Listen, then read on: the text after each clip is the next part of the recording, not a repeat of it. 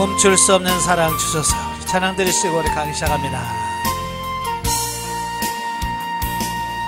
멈출 수 없는 사랑 주셔서 끊을 수 없는 사랑 주셔서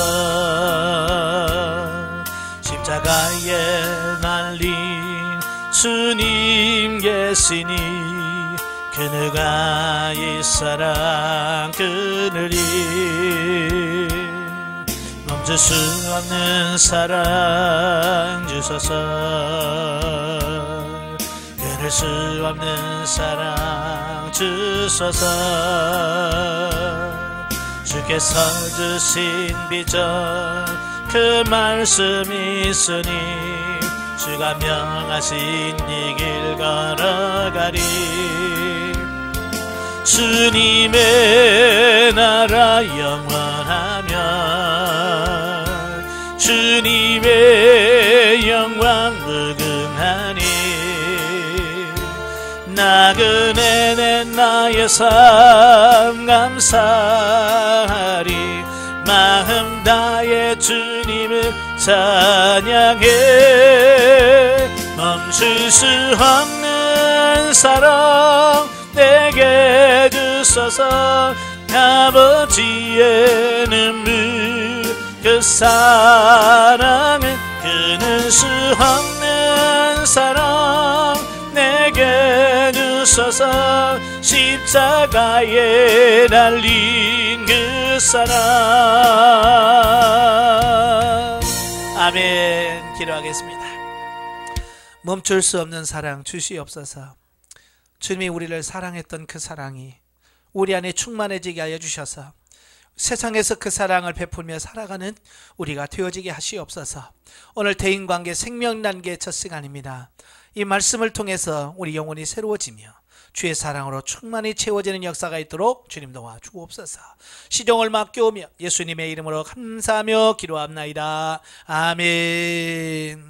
예, 이 시간에는 우리 훈련과정 206페이지입니다. 훈련과정 206페이지를 보시면 대인관계, 영성적 대인관계의 생명단계가 나오게 됩니다. 206페이지. 우리가 영성을 형성하는데 크게 4기둥이 있다는 거 아시죠? 예, 성령의 구원사역은 우리 영혼 안에서 이루어지는 일이고, 성령의 은사사역은 우리 육체의 성령의 은사와 능력을 부어주셔서 하나님의 말씀대로 살 수 없는 우리를 하나님의 말씀대로 살게 하는 거예요. 그 다음에 영성적 물질 관계는 뭡니까? 이 땅에 살면서 하나님께서 주신 물질을 하나님께서 기뻐하시는 뜻대로 물질을 사용하고 써가는, 예, 그런 훈련이 영성적 물질 관계고요.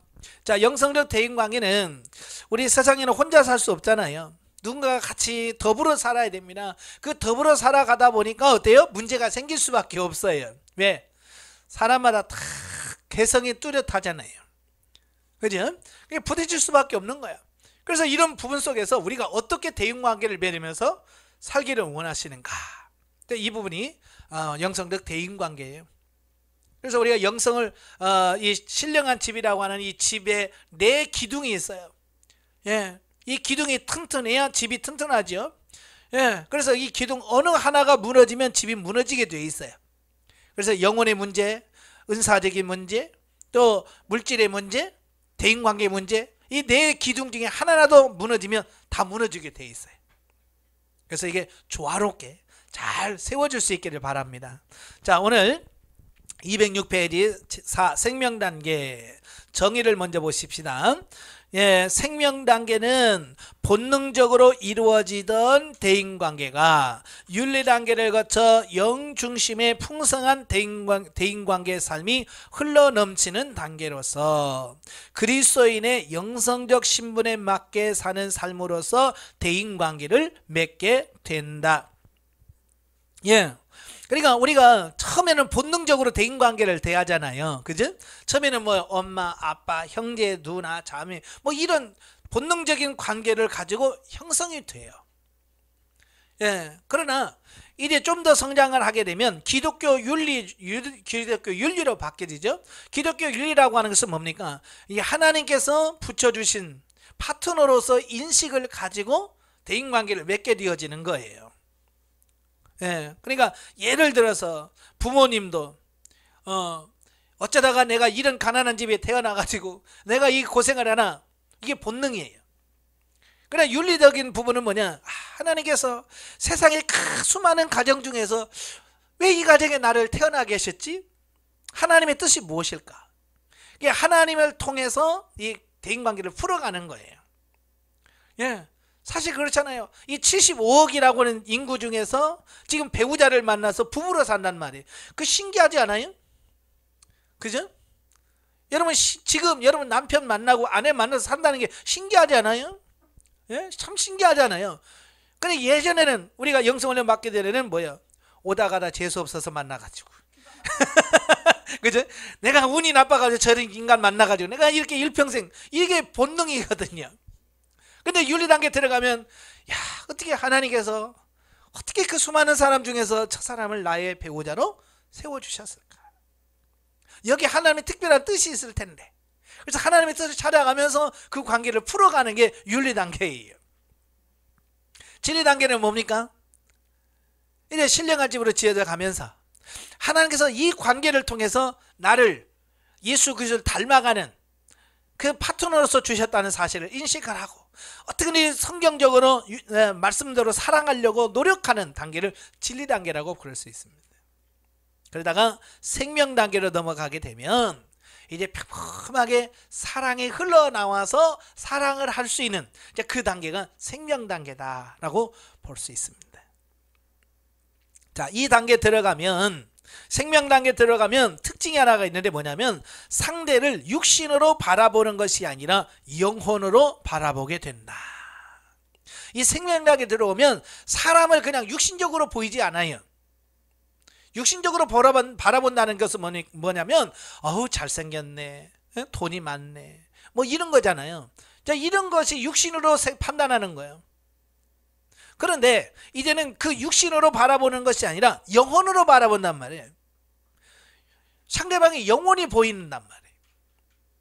제가 상담을 하는데 어느 여집사님이 저한테 와서 이런 말을 하여, 목사님 예, 우리 남편이요, 밤에 꿈을 꾸는데 남편이 보이는데 어린 아이로 보이더라고요. 그런 말을 해요. 지금까지는 남편이 그냥 남편으로만 보인 거예요. 그러니까 당신이 몇 살인데 왜 그렇게밖에 못하냐, 에? 이렇게만 본 거예요. 그러니까 항상 자기보다 나이가 많고 모든 것을 책임지는 어른으로만 본 거예요. 그러니까 늘 불평이 생긴 거예요. 왜 기도를 못하냐, 그 나이가 돼가지고 왜 교회도 안 가냐, 뭐 이런 거잖아요. 그러니까 항상 어떤 나이를 먹은 어른으로서만 그 남편을 바라봤다는 거예요. 영으로도. 그러니까 이 부부관계가 좋을 리가 없죠. 그런데 어느 날 꿈에서 보여주는데 자기가 이렇게 누구를 이렇게 손잡고 가고 있더래요. 아기를, 아주 어린 아기를 이렇게 끌고 손을 잡고 이렇게 가고 있는데 그 손잡고 가는 아기 이렇게 보니까 남편이더래요. 남편. 이게 무슨 말이냐면 사실은 육신적으로는 자기보다 나이가 많고 남편이라는 어떤 그런 분이 있지만 영적으로 보면 어린 아이들이라는 말이에요. 그러니까 그 남편이 어린 아이라는 걸 딱 보는 순간 느껴지는 게, 왜 남편이 그렇게 교회 가자고 그러면 칭얼거리고, 성경 읽으라고 하면 삐죽삐죽 내고, 왜 짜증내고 신경을 냈는지를 그 한 번의 그 꿈을 통해서 어린 아이, 아기인 남편을 딱 보는 순간 그 이해가 되어버리는 거예요. 영혼으로 보여지는 거예요. 사실 저도 영성훈련을 하기 전에는 영혼으로 안 보여졌거든요. 사람들이 그냥 장로님 그러면 장로님 신앙생활 오래 하셨고 믿음 좋고 막 이런 것만 생각했었어요. 그러니까 그런 생각을 갖고 있을 때는 뭐가 되냐면 정죄가 돼. 아니 장로라면서 권사라면서 이런 거죠. 그런데 영혼이라고 하는 것이 보여지고 영혼이 그 사람의 영적인 수준이라는 것을 알고 깨달은 순간부터는 이제는 그 겉으로 드러나는 그분이 신앙생활을 몇십 년 했고 그 직책이 뭐냐라고 하는 게 그게 중요한 게 아니라 하나님, 이 사람의 영적인 상태가 뭐예요? 그러니까 장로라고 해도 기저귀 찬 영적으로 어린아이일 수 있어요. 그러니까 교회에서 어린아이 짓을 할 수밖에 없고요. 권사라고 해도 영적으로 어린아이면 어린아기 짓을 할 수밖에 없고, 목사라도 마찬가지.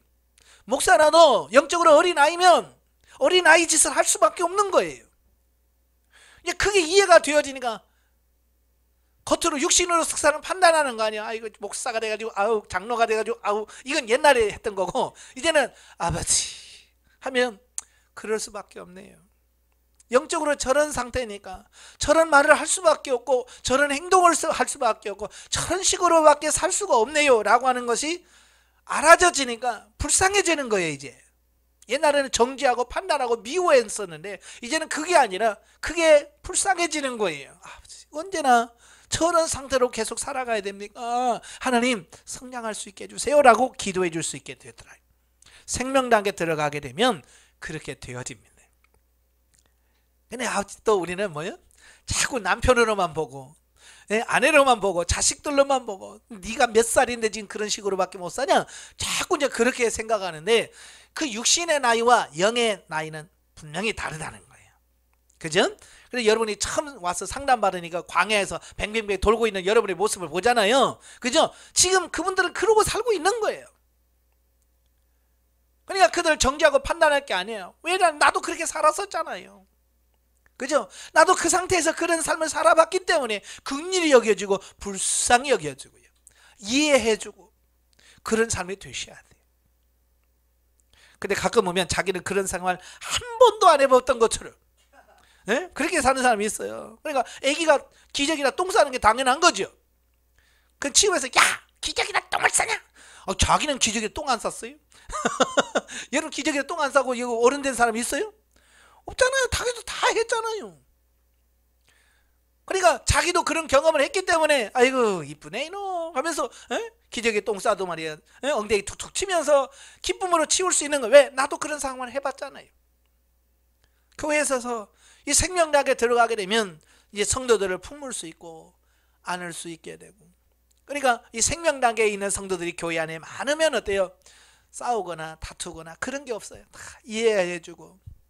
근데 그 성장한 사람이 없으니까 교회에서 맨날 그 유치원 수준에서니까 맨날 싸우는 소리밖에 안 들리지. 교회에서 제일 시끄러운 부서가 어디예요?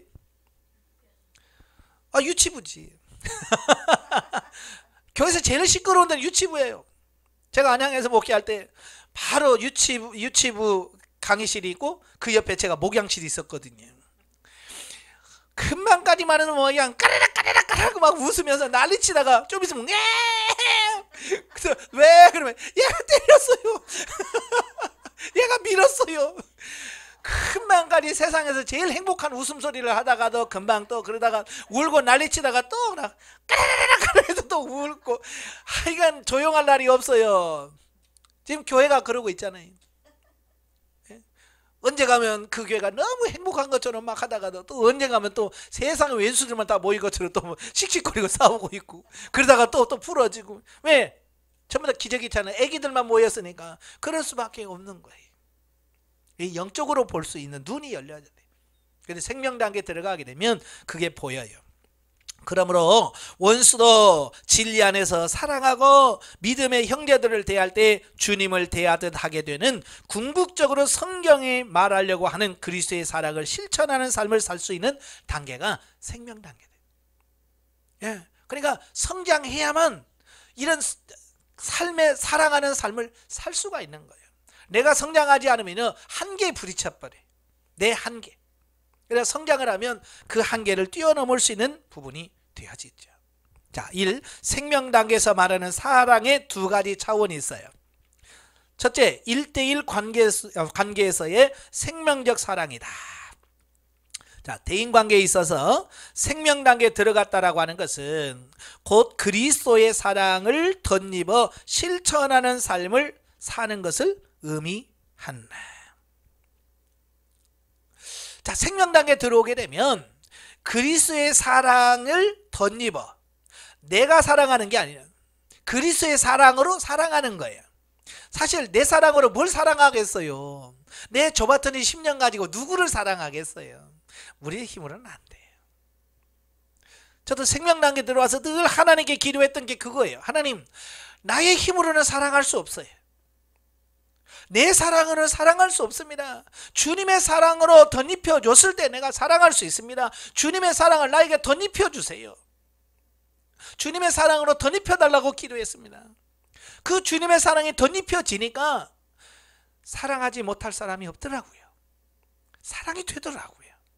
옛날 그렇게 미웠던 사람들이 미워지는 게 없어져요. 사랑이 되더라고요. 예. 어찌 보면 이 생명단계에 들어와야 이제 평범하게 사랑을 행하고 사랑을 베풀며 사랑하며 살 수 있는 그 수준이 되더라라는 사실입니다. 즉 생명단계는 사랑의 극치가 이루어지는 단계라고 말할 수 있다.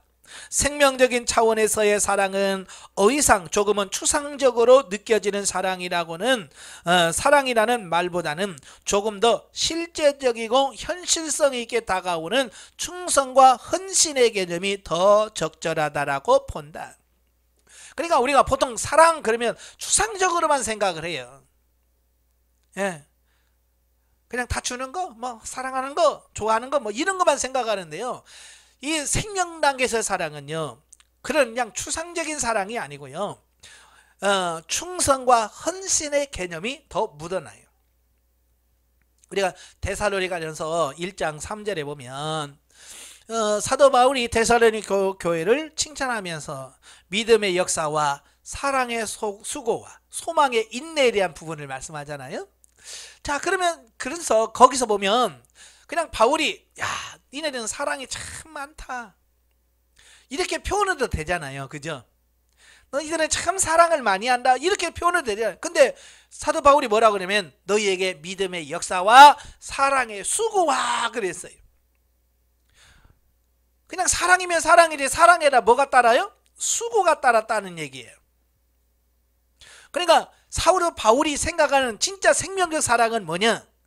내가 누구를 사랑했으면 그 사랑함에 대한 뭐가 따라가야 돼요?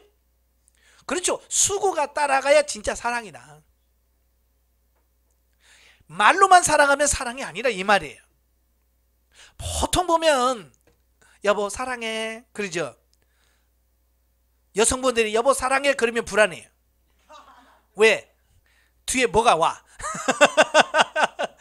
여보 나 사랑하지? 그러면 사랑하지. 그러면 쓰레기 좀 버리고 와. 이유 조건이 따라오는 거예요. 이건 본능적인 사랑이에요. 여보 사랑하지? 왠지 불안하지 왜? 뭐 좀 사줘. 자 이런 거거든요. 사랑을 이용해 먹는 거지 그건 사랑하는 게 아니에요. 사랑은 뭐냐? 수고해 주는 거예요. 내가 정말 남편을 사랑한다면 남편을 위한 수고가 따라가야 돼요. 쉽게 말하면 이런 거예요. 내가 피곤하지만 남편을 사랑하니까 남편이 맛있게 밥을 먹도록 남편을 위해서 아침에 새벽에 일어나서 반찬을 하고 밥을 해서 맛있게 뜨끈뜨끈한 밥을 해주는 이 사랑의 수고가 있을 때 진짜 남편을 사랑하는 거예요. 아내를 사랑한다는 거는 또 마찬가지예요. 남편이 아내를 사랑한다고 했을 때 그냥 방에 앉아가지고 밥 줘, 물 떠와 이게 사랑이 아니란 말이에요. 아내를 위해서 내가 뭘 어떻게 할 수 있을까? 내가 아내를 위해서 뭘 도와줄 수 있을까? 그래서 내가 청소라도 해줄까? 내가 설거지라도 해줄까? 예? 뭐 이렇게 아내의 짐을 덜어주는 수고가 있어야 그게 사랑이다. 바로 사도 바울이 그걸 염두에 두고 그걸 의도하면서 사랑의 수고와라는 말을 하게 되는 거예요. 지금 사랑이란 말이 얼마나 많이 지금 세상에 유행하고 있어요. 그래서 유행가 속에 사랑 빠진 유행가가 있던가요? 사랑이란 노래가 그 말이 빠지면 노래가 안 돼요. 세상에 그런데도 왜 세상이 이렇게 각박하냐? 말로만 사랑을 하지 성경에서 말하는 실제적인 사랑의 수고가 뒤따라주지 않고요. 사랑을 이용해 먹으려고만 하니까 그런 세상이 이렇게 힘든 거예요. 자, 곧 하나님과 이웃에게 완전히 헌신하는 삶이 생명적인 삶이다. 나라는 존재는 없고 오직 상대방을 위해서 내가 헌신하고 희생하는 것이 생명적 사랑이다 라는 거예요. 우리가 세상에서 하나님 사랑 빼놓고 제일 큰 사랑을 무슨 사랑이라고 그래요?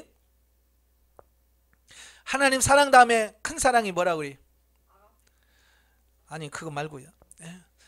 어머니의 사랑. 하나님 사랑 빼고 세상에서 큰 사랑이 어머니의 사랑이라고 그러잖아요.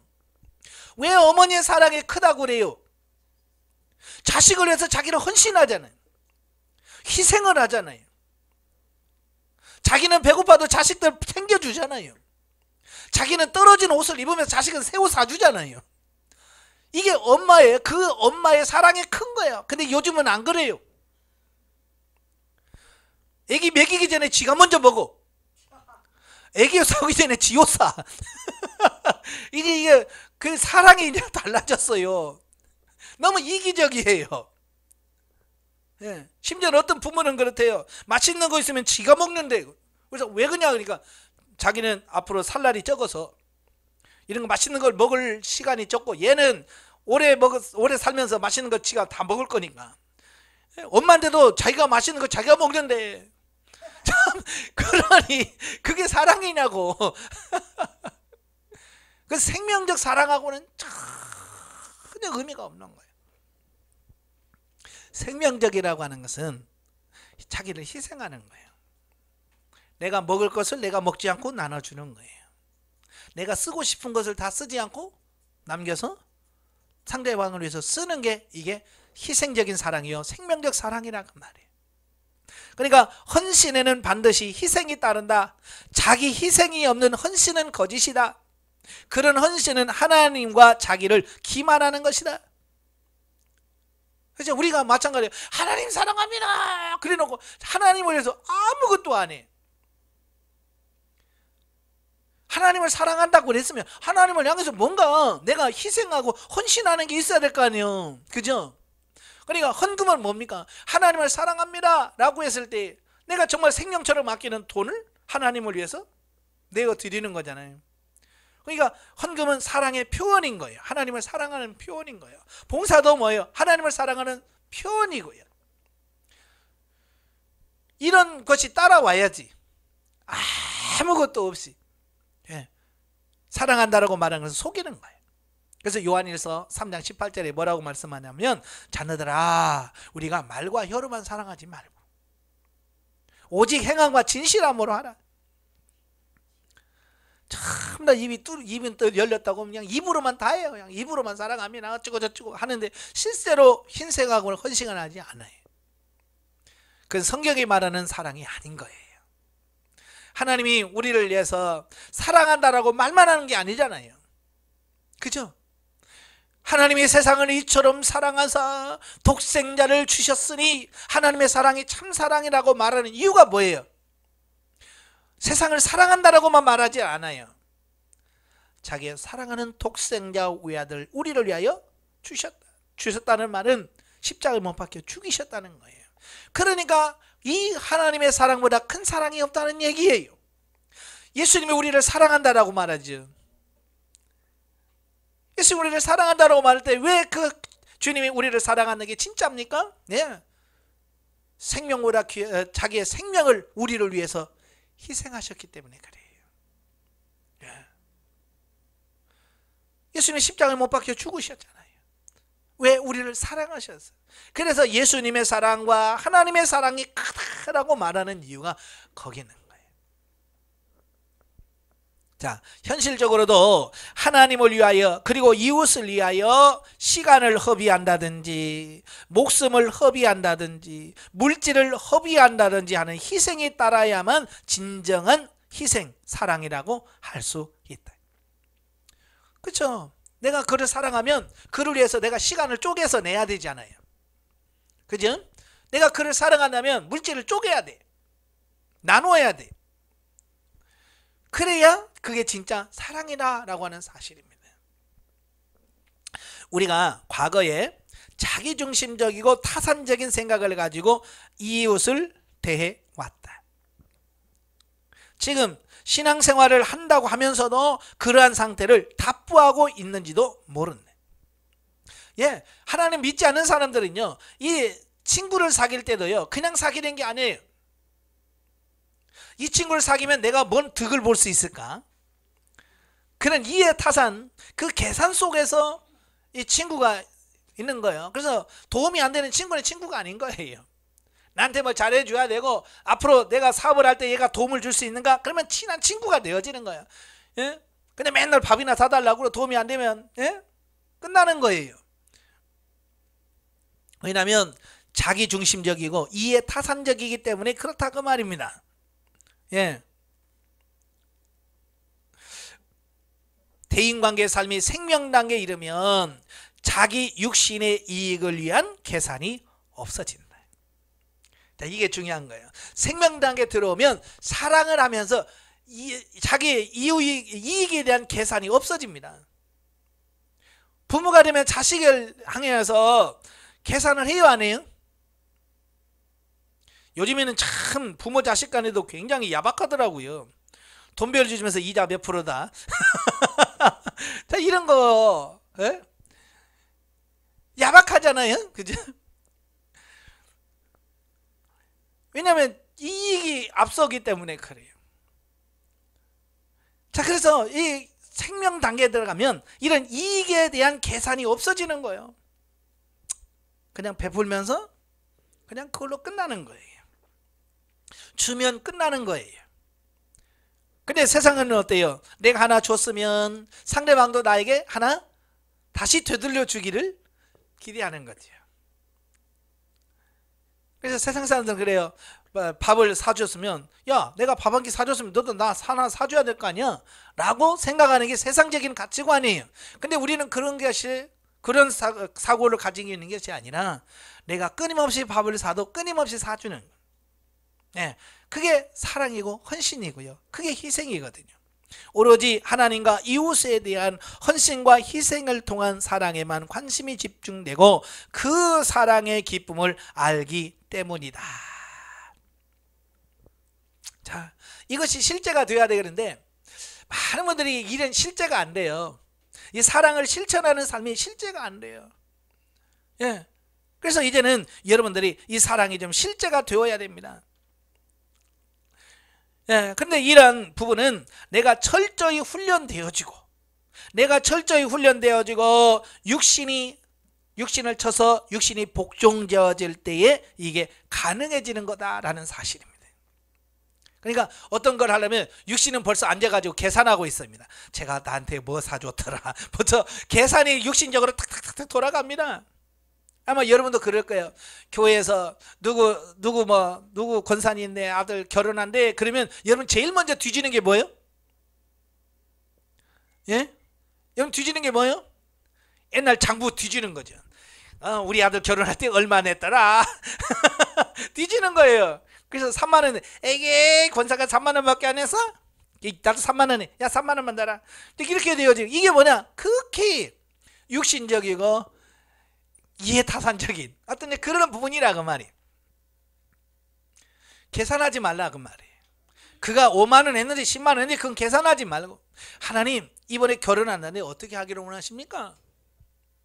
그래서 주님께서 많이 안 하면 그 사람이 3만 원 했든 만 원 했든 안 왔든 이걸 떠나야 돼요. 근데 우리는 왔어 안 왔어부터 따지세요. 그죠? 왔던가 안 왔던가? 얼마 했던가? 여기부터 계산해가지고 한다 그 말이에요. 그걸 초월할 수 있는 그게 뭐냐? 그 육신을 쳐서 복종시켜야만 그게 가능하다라는 사실이에요. 자, 거기 요한복음 15장 9절 14절에 보면 아버지께서 나를 사랑하는 것 같이 나도 너희를 사랑하였으니 나의 사랑 안에 거하라. 내가 아버지 계명을 지켜 그의 사랑 안에 거한 것 같이 너희도 내 계명을 지키면 내 사랑 안에 거하리라. 내가 이것을 너희에게 이름은 내 기쁨이 너희 안에 있어 너희 기쁨을 충만하게 하려 함이라. 내 계명은 곧 내가 너희를 사랑한 것 같이 너희도 서로 사랑하라 하는 이것이니라. 사람이 친구를 위하여 자기 목숨을 버리면 이에 더 큰 사랑이 없나니 너희가 나의 명하는 대로 행하면 곧 나의 친구라 그랬어요. 여기서 뭐라고 말씀합니까? 내가 계명을 준다. 내가 너희를 사랑한 것 같이 너희도 서로 사랑해라. 예수님이 우리를 어떻게 사랑했어요? 자기 목숨을 주면서까지 사랑하잖아요. 자기 목숨을 십자가에 못 박혀 죽으면서까지 사랑하잖아요. 그 사랑을 우리에게 하라는 얘기예요, 여러분. 그죠? 목숨도 주는데 그까이 거 돈이 문제겠어요, 그죠?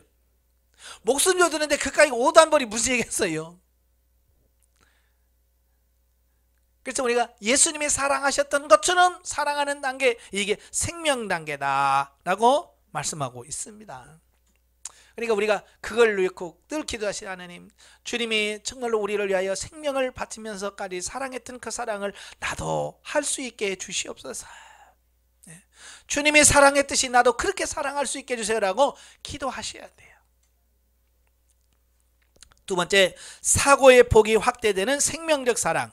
자, 생명적인 대인관계가 우리 삶과는 풍성하게 이루어지면 구체적인 하나님의 말씀이 없어도요, 나의 양심이 하나님의 음성을 듣고 스스로의 판단으로 행하게 되는 시기가 온다. 이것은 사람이 스스로의 능력으로 예수님처럼 행할 수 있다는 말이 아니라 그리스도인이 영적으로 성숙하게 되면, 즉 하나님께서 인정해 주실 만한 수준이 되면 개인이 자발적으로 하는 행위의 가치를 부여해 주시고 인정해 주신다는 말이다. 예. 자, 중요한 게 이런 거예요. 사람도 결혼을 하면 뭐예요? 어른으로 인정을 해줘요. 그렇잖아요. 전에도 말씀드렸죠. 저도 26살에 결혼했거든요. 결혼하니까요, 저희 어머니가요, 저를 아주 어른으로 대하더라고요. 예전에는 대하나 일로 와봐. 근데 이제 그렇게 잘 안 부르시죠. 부르시고 뭘 해도 옛날에는 이거 해 저거 해 그런데 그렇게 말씀 안 하시더라고요. 저를 어른으로 대접을 해 주시더라고요. 자, 이걸 보면서 하나님도 마찬가지예요. 우리가 영적으로 성장해서 생명당에 들어가면 하나님께서도요, 우리를 성장한 사람으로 대접을 해 주셔요.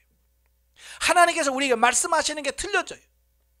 우리가 영적으로 어렸을 때는 이거 해라 저거 해라 이거 줘라 심으라 라고 명령형으로 말씀하셔요. 그런데 생명당에 들어오게 되면요, 그렇게 명령형으로 말씀하지 않으셔요.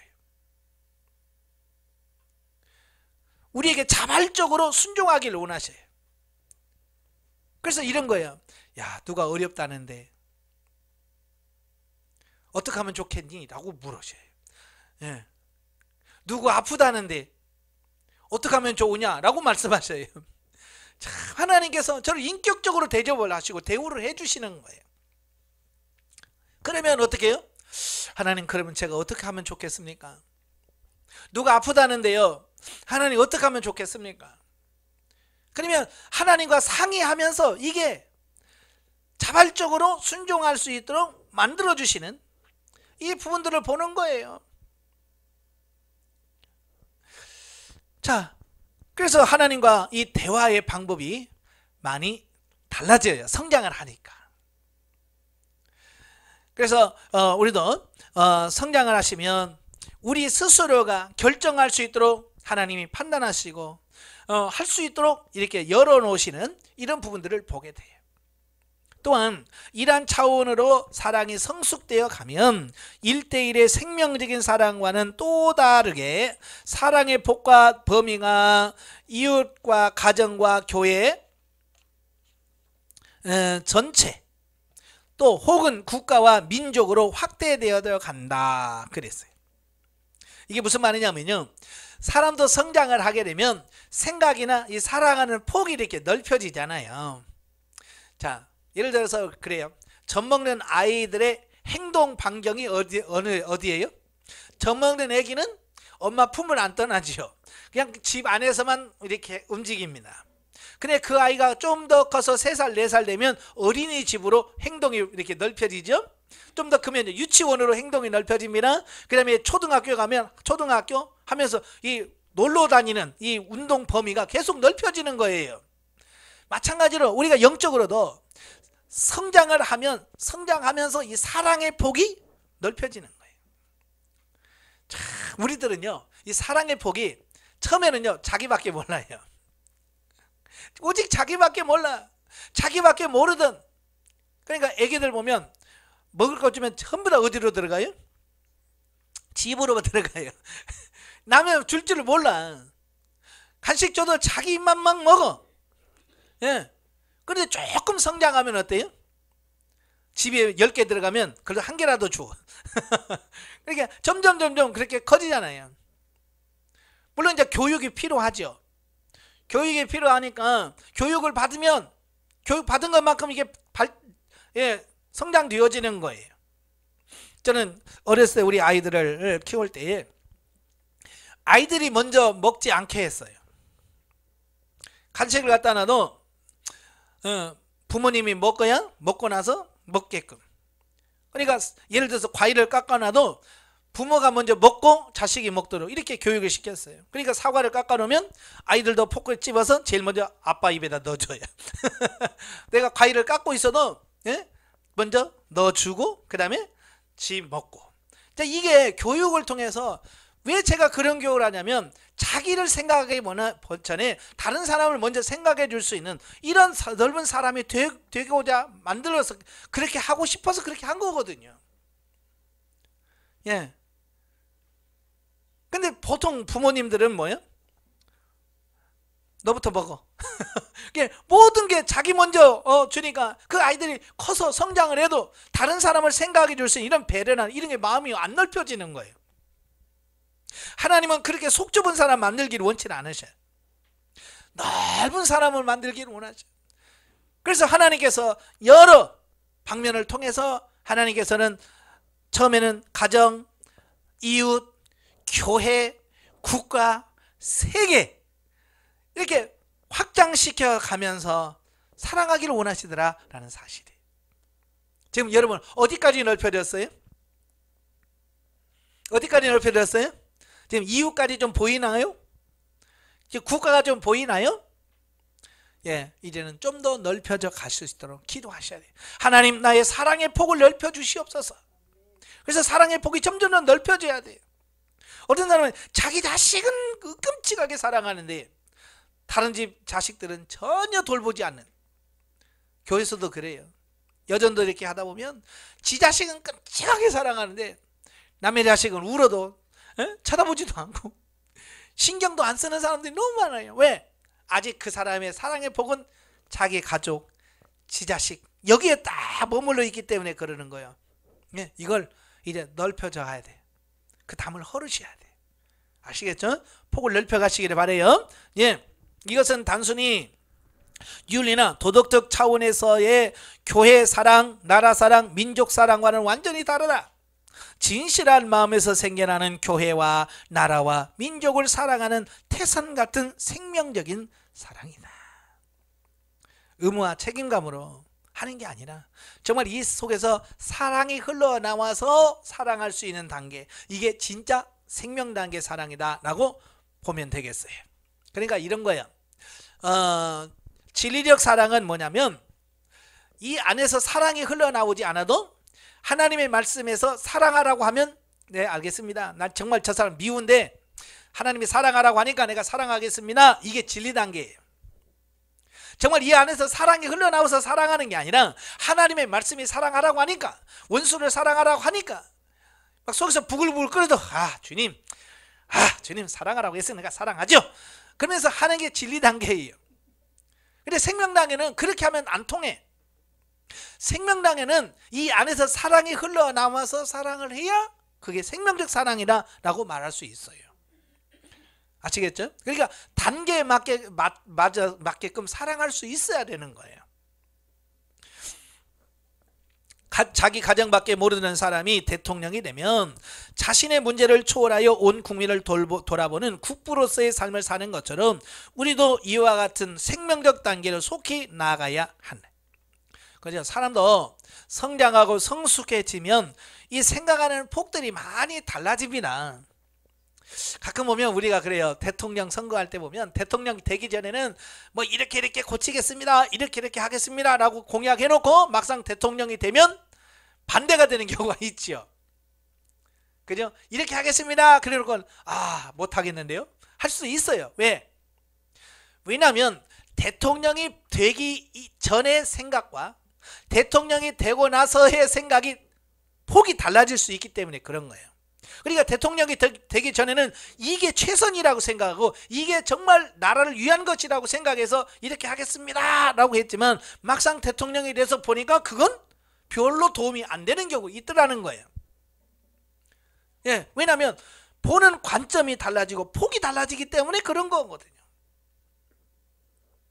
그러니까 성장 성숙해야만 그런 생명적 삶이 가능해지더라라는 사실이에요.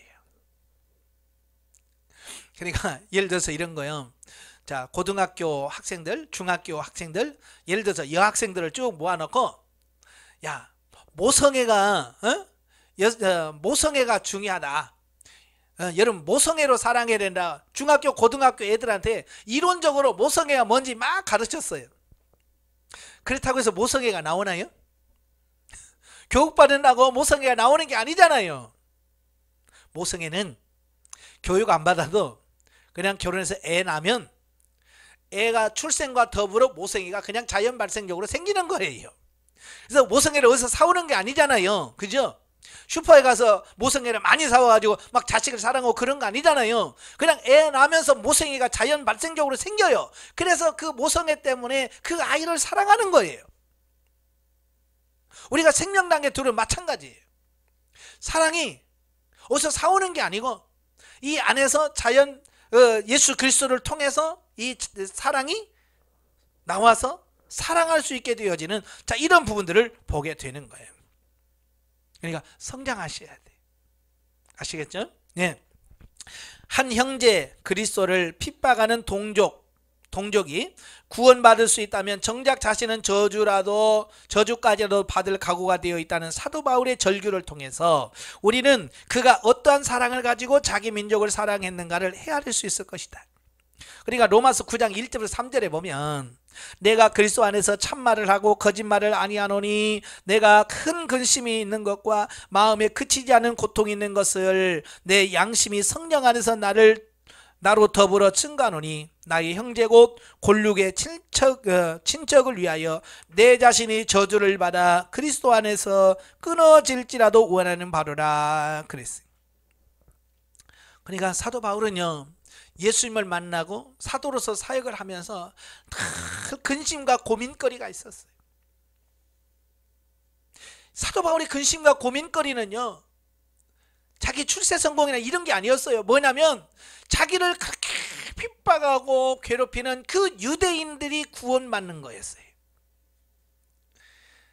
자, 예레미야를 봤듯이 자기를 그렇게 못살게 굴고 반대하는 그들을 뭘 사랑할 게 있다고. 사도 바울은 뭐라고 그래?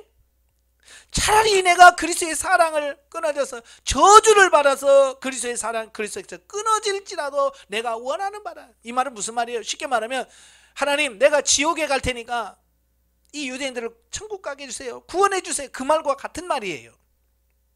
얼마나 사랑했으면 그런 기도를 할까요? 정말 우리도 그러잖아요. 부모는 만약에 자식이 아파서 죽어가요. 그러면 부모들은 그렇게 기도합니다. 하나님 차라리 나를 데려가고요 이 자식을 살려주세요 라고 기도합니다. 그런 기도 해요 안 해요? 안 해요? 못합니까? 이거 못한다면 부모 자격 없는 거예요. 부모는 그렇게 자식을 위해서 기도해요. 제가 우리 아들이 초등학교 4학년 때인가 3학년 때인가 그때 홍역이 유행할 때가 있었어요.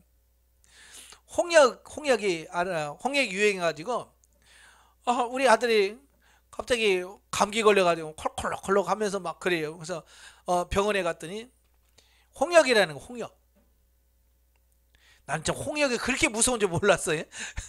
그래서 홍역에 죽는다 그러는데 진짜 심하더라고요. 아무것도 먹지도 못하고 일주일 동안은 꼭 안아서 아예 막 목소리가 컬럭컬럭하고 막 잘 때도 가랑가랑 하면서 자고 이거 막 옆에서 그 숨소리 들으면 얘가 꼭 숨이 금방 넘어갈 것 같이 막 그렇게 숨을 쉬는 거야. 그 아들을 붙들고 이제 겨우 재웠어요. 저녁에 재웠는데 1시, 새벽 1시나 됐는데 막 이 아이가 막 식은땀을 줄줄 흘리면서 막 기침을 하면서 막 컬럭 흘러가면서 한 새벽 1시쯤에 막 몸부림을 치고 있는 거예요. 제가 옆에 있다가 깨가지고 제가 아이의 머리에 손을 얹고 하나님께 이렇게 기도했습니다. 하나님, 이 아이의 질병을 나에게 주세요. 이 아이가 안고 있는 모든 그 고통을 내게 주세요. 제가 대신 질 테니까 하나님, 이 아이를 고쳐주세요 하고 제가 차다 말고 그 아이의 머리에 손을 얹고 막 눈물 흘리면서 하나님께 기도하고 있었습니다. 한참을 기도하는데 주님의 음성이 들렸습니다. 네가 너희 아들을 사랑하느냐? 그럼요, 내가 이 자식 사랑합니다. 그래, 나는 네가 네 아들을 사랑하는 것 이상으로 나는 너를 사랑한다 그러시는 거예요. 하나님이 나를 얼마나 사랑하는지를 깨닫도록 하기 위해서 하나님께서 우리 아들을 치셔서 그 질병을 통해서 고통받게 하시고 그 고통 가운데 있는 자식을 불쌍히 여기는 내 마음을 통해서 하나님의 마음을 이해하게 하고 깨닫게 하시기 위해서 그렇게 하셨다는 거예요. 그러면서 뭐라 그래요? 네가 네 자식을 사랑하는 그 이상으로 나는 너를 사랑한다. 그 말을 듣고 나서는 내 아들 고쳐주세요가 아니라 주님 감사합니다. 주님이 나를 이렇게 사랑한다고요. 이미 알고 있었지만 그 주님의 음성을 듣고 주님이 정말 나를 사랑한다는 그 사랑 때문에 너무 감사해서 이제는 처음에는 아들이 불쌍해서 울었는데 주님의 음성을 듣고 주님의 은혜가 너무 고맙고 감사해서 눈물을 흘리면서 기도하게 돼요. 그런 기도를 하고 나니까 내 아들 고쳐달라고 안 했는데도 열이 내려가게 되고 기침이 멈춰지게 되고 그래서 그때부터 싹 치료가 되어지는 거예요.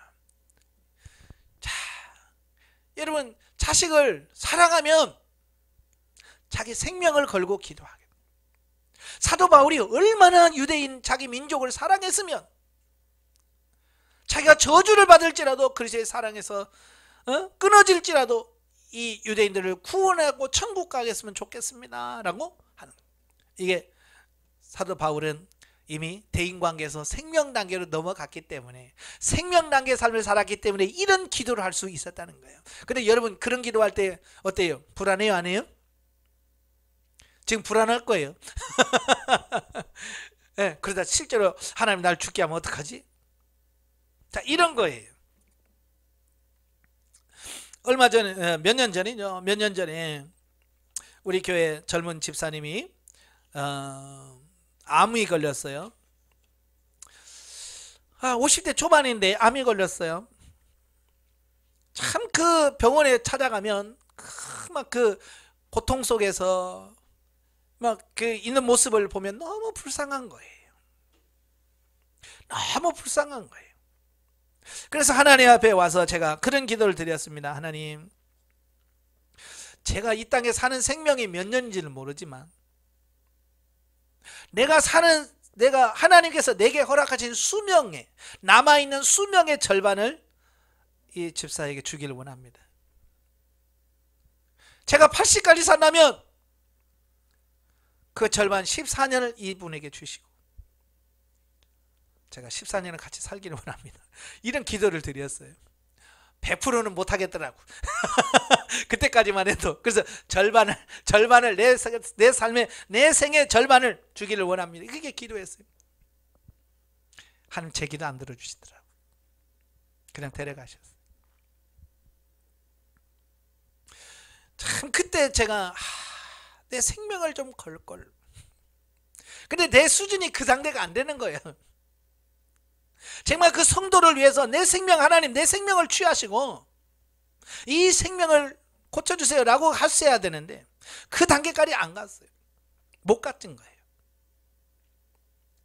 그 후에 1년 후에 2년 후에 이래 또 비슷한 상황이 왔어요. 제가 아는 분이 암이 걸렸어요. 심각한 상태예요. 그때는요 2년 성장했다고요. 하나님께 제가 그런 기도하고 있더라고요. 하나님, 제 생명을 취하시고요 이분을 살려주세요. 그렇게 기도하더라고요. 그냥 그 2년이란 세월 동안에 하나님께 기도하면서 제 사랑이 그 단계 들어가니까 이제는 하나님, 이제는 절반이 아니고 오늘 이 순간 제 생명을 취하시고 그 생명을 살려주세요. 그런 기도가 나오다. 그래서 그런지 그분이 지금 살아계셔요. 이렇게 성장을 하면 이렇게 사도 바울 같은 생명적 사랑을 하게 돼 있어요. 아시겠죠? 여러분도 다 성장을 해서 그 사랑에 가셔야 돼요. 내가 너희를 사랑하던 것처럼 너희를 사랑해라. 이게 예수님의 새 계명이잖아요. 그죠? 그 새 계명을 우리가 자연스럽게 행할 수 있는 사람이 되어야 돼. 그게 생명 단계예요. 아시겠죠? 예. 두 번째, 생명 단계의 두 가지 특징. 자, 생명 단계 들어가면 특징이 있는데요. 첫째가 뭐냐? 본능 단계나 윤리 단계에서 다가왔던 문제들이 크게 여겨지지 않는다 그랬어요. 먼저 우리들은 대인관계에 있어서 생명 단계에 들어가면 모든 문제가 해결되고 또한 전혀 시험거리가 없어지는 것처럼 오해하기 쉬운데 그런 오해부터 접어두자. 여러분, 어떤 분은 그래요. 목사님, 제가 예전에 훈련받고 수료하니까 어떤 분이 와서 목사님, 수료해서 좋지요. 아무 문제 없지요. 그러더라고요. 아니요, 저건 더 커요. 아니, 수료하고 나니까 문제가 더 커지더라고요. 왜냐? 제가 성장하니까 성장한 사람들로서의 책임과 훈련이 더 큰 거예요. 쉽게 말하면 이런 거예요. 초등학교 책은 쉽잖아요. 중학교 책은 더 어려워. 고등학교 책은 더 어려워요. 마찬가지로 영적으로 성장하면 그 교과서가 어려워져요. 더 힘들어져요.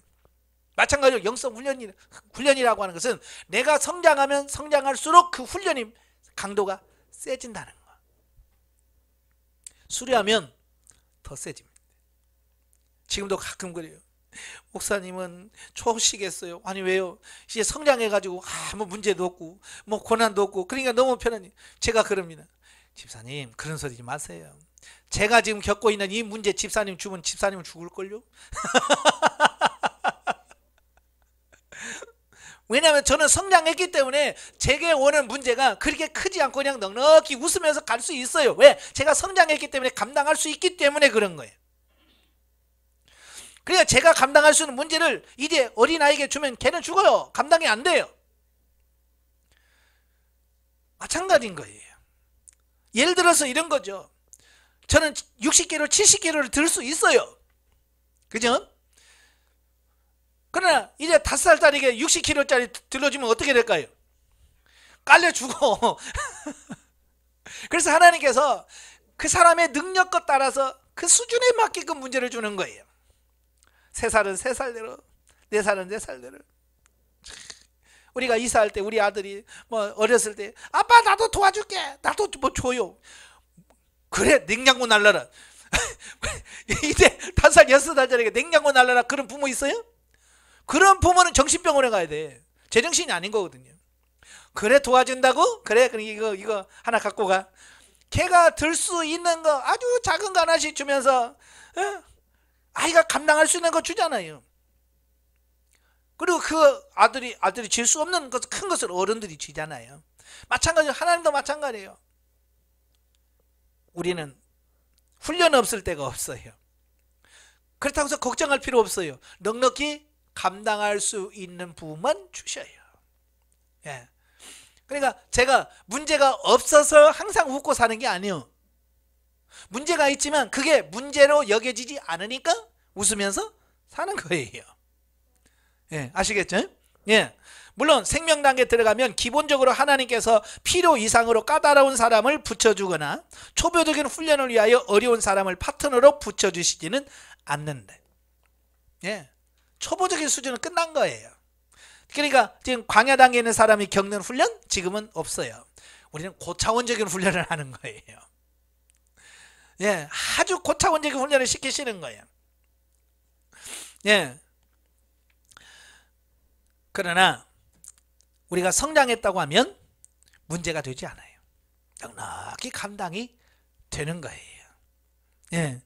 다만 훈련이 있기는 하여도 이미 그리스도의 장성한 분량의 맛을 보고 있는 차원이기 때문에 문제가 문제로 여겨지지 않고 넉넉히 이길 뿐만 아니라 오히려 문제가 다가오기를 기다리고 그 문제를 통하여 더 깊은 하나님과의 교제 속으로 들어가기를 소망한다. 여러분, 이런 극복해서 그걸 이겨내서 그 기쁨을 알면요, 또 하고 싶어, 도전하고 싶은 거예요.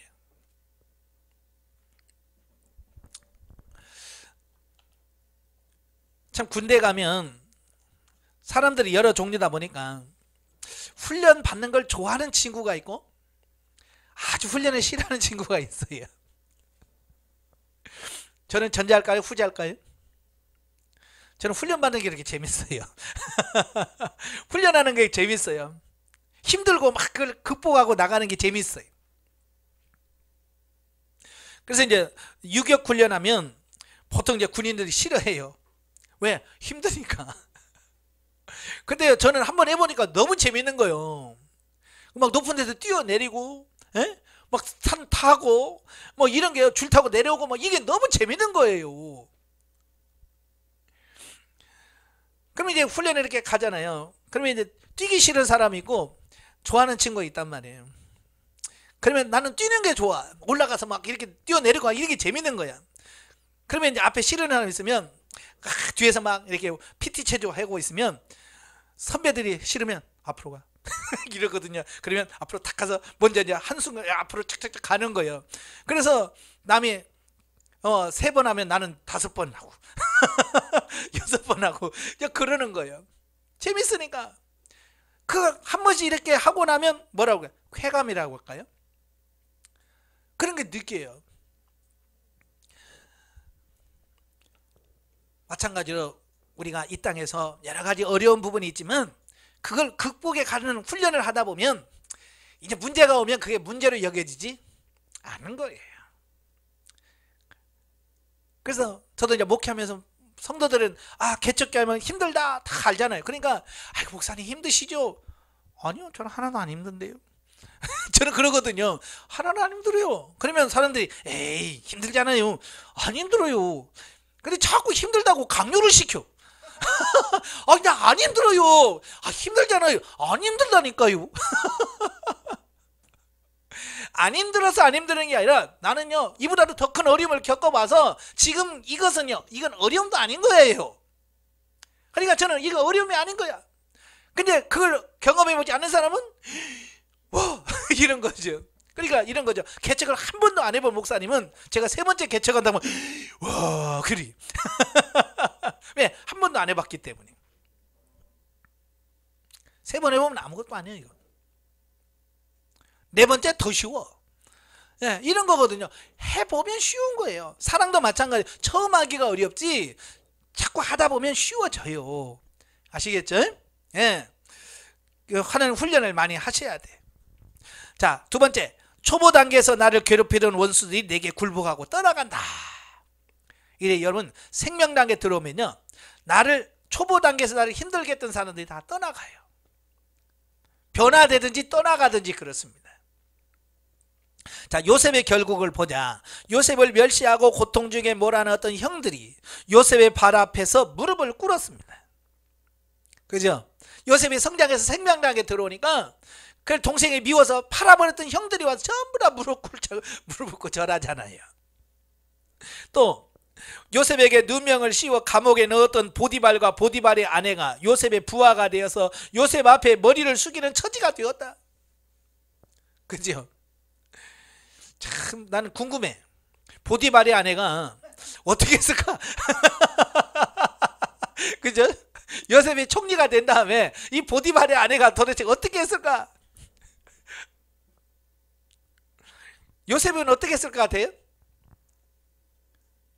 요셉은 어떻게 했을 것 같아요? 내 인연 주리를 들어라! 그랬겠어요? 그랬겠어요? 요셉은 아마 그 형들에게 했던 그 말 했겠죠. 당신이 나를 팔았으므로 근심하지 마소서. 걱정하지 마소서. 하나님이 당신들을 구원하려고 하나님이 먼저 나를 이곳에 보내셨습니다. 아마 똑같이 보디발의 아내에게도 그랬을 거예요. 걱정하지 마라. 당신이 나를 감옥에 보낸 덕분에 내가 술 맡은 관원장을 만나게 되었고, 그래서 이렇게 돼서 내가 총리가 되었다. 아마 성경에는 없지만 아마 그랬을 것 같아. 예, 그게 뭐냐, 생명 단계에 들어가니까 그게 가능한 거예요. 만약에 영적으로 요셉이 생명 단계 안 들어갔다고 한다면 총리가 된다면 제일 먼저 저놈 잡아와라 그랬을 거예요. 그죠? 근데 성경에 그런 기록이 전혀 없잖아요. 왜? 생명 단계에 들어가니까 다 용서하고 끌어안을 수 있는 마음이 되었기 때문에 그게 가는 거예요. 네. 사단의 상징인 바로 왕도 사실적으로 요셉의 실질적인 통치권을 인정할 수밖에 없었다라는 사실이에요. 그러니까 보통 우리가 저 왼수 같은 인간, 이렇게 왼수라고 표현하는 사람들이 있어요. 사실 그 사람은 진짜 왼수가 아니죠. 나를 변화시키기 위해서 붙여준 훈련 파트너일 뿐이에요. 그래서 이걸 바꾸셔야 됩니다. 아시겠죠? 예, 왼수가 아니고 훈련 파트너예요. 그래서 저는 이제 어떤 분에게 들은 게 이거예요. 이스라엘에 보면 유목민들이 많잖아요. 염소와 양을 치는 분들이 많은데, 거기 이제 겨울이 되면 추우니까 양들이 안 움직인대요. 양의 특성은요, 추우면 안 움직이고 이렇게 웅크리고 그냥 있대요. 그러니까 그러면 이제 운동을 안 하고 안 움직이면 병이 걸리고 감기가 걸려서 양이 죽기도 하고 그래요. 그래서 이 양들을 막 움직이고 훈련을 시켜야 되는데, 니네들이 알아서 운동해라 그러면 안 한단 말이에요. 그러니까 염소를 한 마리, 양이 100마리면 염소 한 2마리를 넣어놓는다는 거예요. 염소는 들이받는 게 특기잖아요. 그러니까 염소는 이렇게 어슬렁어슬렁 다니다가 가만히 서 있으면 꼴이 보기 싫은 거예요. 그냥 가서 들이받아 버리는 거예요. 그러니까 양들은 염소만 오면 어때요? 온다. 그래가지고 그냥 자연적으로 염소 때문에 운동이 되어지는 거예요. 그래서 그 추운 겨울날에 이 양들이 감기 걸리지 않고 그 겨울을 날 수 있다는 거예요. 그런데 이제 따뜻한 봄날이 되면 더 이상 염소는 필요가 없어요. 그죠? 그래서 봄날이 되면 그 염소는 잡아먹든지 팔아버리든지 한다는 거예요. 예. 그러니까 훈련을 위해서 여러분들에게 붙여준 파트너가 있잖아요. 그들은 그 훈련이 필요한 때만 붙여준 사람들이에요. 그리고 그 훈련이 딱 끝나면 가든지 아니면 변화되든지 둘 중에 하나예요. 예. 제가 인천에서 목회할 때 전에도 설명드렸지만 정말 저를 하도 속을 긁은 사람 앞에 제가 그랬죠. 예, 교회 많으니까 가라. 얼마나 속을 새기는지 제가 불러다 놓고 저기 교회 있지요? 저기도 있네. 가요. 내가 그랬어. 영성훈련 받기 전에요. 오해하지 말아요. 얼마나 힘들었으면 우리 교회 신앙생활하고 했던 온 그 성도에게 가라고 그랬겠어요. 근데 그 성도가 하는 말이 뭐래요? 하나님이 보내주는데 왜 가요? 참말로. 말이나 잘 들으면서 그 말하면 얼마나 이뻐. 근데 이거 미운 집만 골라면서 그 말하니까 속에서 뒤집어지더라고요. 지금 뭔데 하나님이 보냈다는 거야. 이해를 못한 거야 그냥 제가. 안 간다는데 억지로 띠미로 갈 수도 없고. 그냥 알았어요. 그리고 난 이제 훈련을 받다 보니까 나를 훈련시켜서 보낸 하나님의 훈련 파트너예요. 질이라는 게 들어가니까 그게 느껴지는 거예요. 그래서 질 단계는 동안 하나님 저를 사랑할 수 있게 해주세요라고 6개월을 기도했습니다. 그 영혼을 사랑할 수 있게 해달라고. 진짜 사랑이 되더라고요. 처음에는 안 됐어요. 근데 사랑이 되더라고요. 생명당에 들어가니까요, 정말 그를 봐도 옛날에는 여기서 쑥 올라오면서 얼굴이 자연적으로 돌아가는데 그게 안 되고 사랑하게 되더라고요. 그래서 하나님, 이제 제가 변화된 것만큼 저 성도도 변화돼서 우리 교회 기둥 같은 일꾼을 세워주세요 라고 이제는 그가 떠나기를 위해서 기도하는 것이 아니라 우리 교회에 기둥 같은 일꾼을 세워주기 위해서 기도했어요. 그렇게 기도한 지 한 달 만에 그분이 와서 목사님 그래서 아니 왜요? 저 이사 가요. 이사 가요 그러더라고요. 아니 가려면 진작 가든지 이제 변화돼가지고 사랑해서 우리 교회 일꾼 되게 해달라고 기둥 같은 일꾼 되게 해달라고 기도했더니 다 이사 간다는 거예요. 이제는 섭섭하더라고. 하나님 진작 보내든지 이제 나도 이제 사랑에 대해서 이제 품을 수 있는데 왜 보냅니까?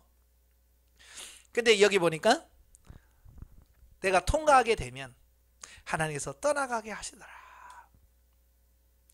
이게 거짓말이 아니고 실제라고 하는 것을 저로 하여금 경험시켜 주신 거예요. 자, 여러분도 마찬가지예요. 그러니까 내 힘든 어떤 대상이 있으면 하나님 저 인간 없애주세요. 저 인간 안 만나게 해주세요가 아니에요. 그분과 부딪히면서 계속해서 하나님 저를 사랑할 수 있게 해주세요. 품을 수 있게 해주세요 라고 해서 통과하셔야 돼. 그러면 내가 통과하면 하나님께서 하나님의 방법대로 나를 변화시키든지 보내시든지 그건 하나님이 알아서 하시는 거예요. 아시겠죠? 이건 생명나게 들어오면 나를 힘들게 했던 사람들이 변화되든지 힘들게 합니다. 제가 아는 목사님도 여목사님이셔요. 저하고 같이 훈련 받았는데 훈련 받을 때는 전도사님이었어요. 남편이 누구냐? 깡패예요. 건달이에요. 얼마나 그 전도사님을 힘들게 하고 괴롭히는지. 다들 이혼하고 살아라. 어떻게 저 인간하고 어떻게 저런 인간하고 사냐. 모든 사람들이 다 아무도 그 사람하고 살지 말라고 그래. 그래도 어떻게 하나님이 붙여준 걸 어떻게 하냐. 기도하면서 사랑하려고 애쓰는 거예요. 근데요 그분이 남편이 바뀌었을까요? 안 바뀌었을까요? 바뀌었어요. 변화됐어요. 그래서 지금은요 그 목사님이 되셨는데 집에 가면 살림살이를 이 남편이 다 한대. 설거지도 다 하고 밥도 다 하고 빨래도 다 하고 어디 목사님이 가려고 하면 기사가 돼서 어디로 모실까요? 그래서 기사로 다 돼가지고 자기를 다 어디 가는데 운전까지 다 해주고 그렇게 착할 수가 없대. 그럼 왜 전에는 안 그랬느냐? 그 목사님을 목사님답게 만들려고 하니까 그렇게 파트너 역할을 감당해서 그렇게 힘들게 했던 거예요. 그 통과하니까 그렇게 남편이 바뀌는 거예요. 우리가 훈련을 통과하는 게 제일 중요해요. 아시겠죠? 다윗은 어떠한가? 목숨을 부지하기 위해서 원수들을 피해 방랑 생활을 하던 다윗 앞에서 사울왕도 적장 아브넬도 저주하는 시므이도 왕권 찬탈을 노렸던 아들 압살롬도 사라져 갔습니다. 아울러 다윗의 제2기간 동안 이스라엘을 괴롭혔던 인접 이방 국가들도 이스라엘을 넘보지 못하였다. 하나님이 다윗의 대적들을 물리치신 것이다. 실로 놀라운 축복이다. 그죠? 다윗이 왕이 되기까지는 얼마나 그를 힘들게 하는 사람들이 많았어요. 그런데 그가 왕이 되니까 어때요? 다 물러가는 거야. 옆에서 이스라엘 괴롭혔던 나라들 다 정복하게 되고요. 조공을 바치는 나라가 되어버려요. 이제는 원수가 바뀌어서 협력자가 되고 동역자가 되어지는 걸 된다는 것을 말씀해 주고 있습니다. 우리가 이처럼 생명단계에 들어가면 그리스도인의 영성적 신분을 덧입어 자기를 이기고 죄를 이기고 환경을 이기고 마귀와 싸워 이김으로 즐겁고 신나는 능력의 삶을 살게 되는 것이다. 우리가 이러한 삶을 풍성히 살 때 하나님께서 우리를 통해서 영광을 받으신다. 그래서 영적으로 성장해서 생명단계에 들어간 사람들 보면 얼굴에 빛이 나. 환해집니다. 누구 말로 때깔이 달라져. 얼굴 때깔이 달라. 왜? 심령에서 옛날에는 미워하고 막 그랬을 때는 얼굴이 까맣게 죽어가는 얼굴이었는데 이제 사랑이 막 안에서 흘러나니까 얼굴에서 광채가 날 수밖에 없는 거예요. 어떤 분은 그러더라고요. 요즘 화장품 뭐 쓰냐고. 근데 얼굴이 이렇게 좋아지냐고. 화장품 바꿔서 얼굴 좋아진 게 아니요. 내 마음이 넓혀져서 내 안에서 사랑하게 되어지니까 사랑할 수 있는 사람이 되니까 얼굴에서 빛이 나는 거예요. 여러분도 이제 기대하세요. 생명당에 들어가서 여러분 얼굴에서 광채가 나서 다른 사람들이 여러분의 얼굴을 못 보고, 예? 너무 빛이 나서 얼굴을 못 보겠어요 라고 할 정도로 변화되셔야 돼요. 여러분이 저를 빤히 쳐다본 거 보니까 나도 아직 멀었어요. 예. 그래서 더 열심히 더 훈련 통과하시길 바래요. 아시겠죠? 자, 넘겨서 210페이지 보시면 3. 생명당에서 훈련. 자, 생명당에서 어떤 훈련이 있느냐? 적극적으로 사랑하려고 힘써야 되는 훈련은 있어야 돼요. 생명당에 왔으니까 그냥 저절로 되겠지? 아니에요. 적극적으로 사랑하려고 힘써야 됩니다. 자, 생명단계에서는 진리단계에서 부분적으로 이루어지던 진리적 대인관계의 삶이 더욱 풍성하게 나타날 수 있도록 그리스도의 사랑을 덧입어 적극적으로 이웃을 사랑해야 한다. 훈련을 위하여 하나님께 붙여주신 까다로운 가족이나 이웃들을 능히 그리스도의 사랑으로 품을 만한 조건이 내게 갖추어져 있다. 예. 이제 생명당에 왔다는 얘기는 내가 충분히 그들을 사랑할 수 있는 자격을 갖췄다는 얘기예요. 준비가 됐다는 얘기예요. 그러니까 준비가 됐어도 내가 사랑하지 않으면 할 수가 없는 거예요. 열심히 노력을 하셔야 되는 거예요. 자, 예를 들어서 이런 거예요. 여러분, 나이 들었다고 그냥 저절로 결혼이 되던가요? 나이 들었다고 저절로 결혼이 돼요? 아니잖아요.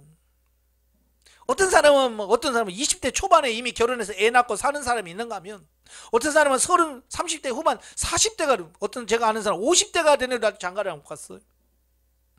이건 뭘 의미합니까? 나이만 들었다고 저절로 결혼하는 게 아니란 말이에요. 결혼하려고 하는 노력이 필요한 거예요. 내 짝을 찾고 싶어하는 노력이 필요한 거예요. 그래서 하나님 앞에 주님, 내 짝은 어디 있어요? 라고 기도하면서 열심히 찾아야 돼요. 그래서 찾은 사람은 일찍 결혼하는 거고, 못 찾은 사람은 못 가는 거고.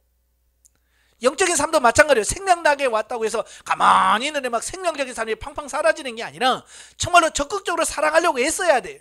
조금 미운 사람이 나타나면 아이고 보기 싫어, 그러면 안 되고, 하나님 정말 사랑할 수 있게 해주세요. 정말 사랑할 수, 어떻게 사랑하면 좋을까요? 하나님 어떻게 사랑하면 돼요? 적극적으로 기도하면서 사랑하려고 노력하고 했을 때 사랑할 수 있게 되어지는 이 부분을 보게 돼요. 결국 내가 얼마만큼 훈련받은 것만큼 되어지는 거예요. 아시겠죠? 근데 우리는 그게 좀 힘들게 하는 사람은 싫어하잖아요. 그래서 안 보려고 그래. 교회 가서도 싫은 사람이 여기 앉으면 저쪽 구석에 앉고, 예.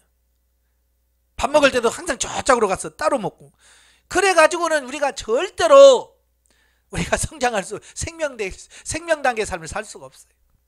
제가 어느 분하고 상담하면서 그랬어요. 그런 분이 있으면 일부러 그 앞에 가시라고. 내가 미운 사람이 있고 내가 싫은 사람이 있어 일부러 그 앞에 가서 부딪히라고. 부딪히면서 하나님께 기도하면서 사랑할 수 있게 해달라고 해서 통과해라고. 도망 다니고 피해 다니지 말라고. 그러면 더 길어집니다. 피해 다니면 더 길어져요. 적극적으로 부딪히면요, 금방 그 관계가 풀어집니다. 아시겠죠? 그래서 적극적으로 순종하셔야 됩니다. 자, 문제는 하나님의 자녀로서 하늘나라의 왕으로서 거룩한 제사를 드리는 제사장으로서 삼일체 하나님이 내주내리하시는 거룩한 성전으로서 예수 그리스도의 정결한 신부로서의 자격과 권위를 가지고 적극적으로 그들을 사랑하는 것이다. 적극적으로 사랑하려고 하셔야 돼. 사랑하되 방법론에 있어서 성령님의 지도와 인도를 따라서 해야 된다. 이게 중요한 거예요. 사랑한다고 해서 무조건 막 내 방식대로 사랑하면 안 되며 성령의 지도 인도를 받으셔야 돼요. 그래서 항상 물으셔야 됩니다. 하나님 어떻게 하기를 원하세요? 어떻게 사랑하기를 원하십니까? 어떻게 해야 돼요? 라고 자꾸 하나님께 질문하셔서 하나님께서 말씀하신 대로 하셔야 돼요.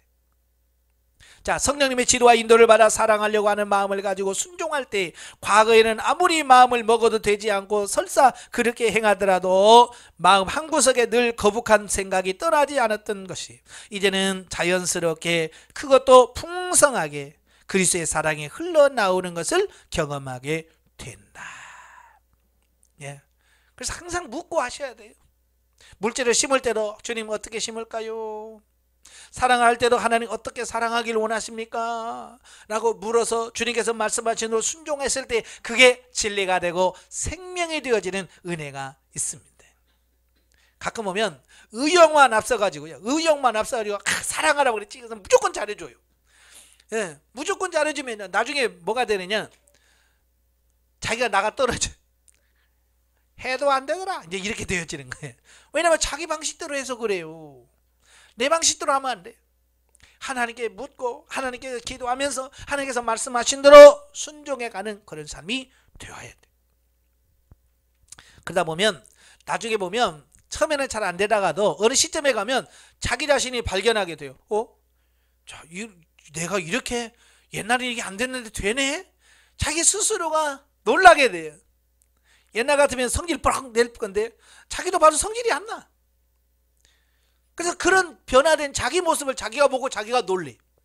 예, 그럴 때가 분명히 올 겁니다. 아시겠죠? 자, 한 가지 생명당에서 주의할 것. 역시 주의사항이 있어요. 생명당의 주의사항이 뭐냐? 우리는 여전히 육신 중심으로 살 소질을 갖고 있다는 것이다. 예, 우리가 생명당에 들어왔다고 해서 이 육신 없이 영만 사는 게 아니에요. 우리는 영과 혼과 몸이 같이 가는 거예요. 같이 살다 보니까 이 육신의 소욕, 이 육신이 언젠가 쑥 올라와서 육신으로 살 수 있는 소질을 우리는 충분히 갖추고 있어요. 제가 그래서 영성훈련은 졸업이 없어요 라고 말하는 이유가 뭐냐? 이 육신을 늘 갖고 살기 때문에 그렇습니다. 그러니까 여러분도 잘 되다가 어느 순간에 확 안 될 때가 있죠. 예, 육신이 확 틀면 안 돼요. 그죠? 자, 그래서 이 육신을 쳐서 복종시켜야 되고요. 예, 끝까지 싸우셔야 돼요. 과거에 비하면 참으로 많이 온전해졌지만 그러나 우리가 주님과 같이 온전해지지 않았다는 사실을 늘 염두에 두어야 한다. 그죠? 아직 예수님 같지는 않잖아요. 변화된 건 많아요. 새로워진 건 많지요. 그러나 아직 예수님만은 못하잖아요. 우리의 목표는 어디예요? 예수 그리스도의 장성한 분량에까지예요. 그러니까 우리는 끊임없이 가야 돼.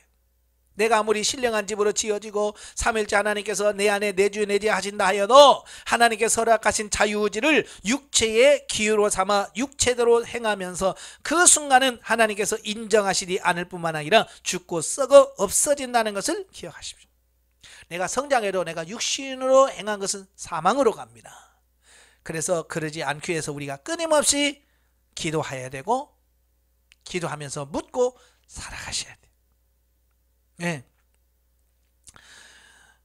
우리가 성장했다고 하면서도 실패하는 이유가 거기 있어요.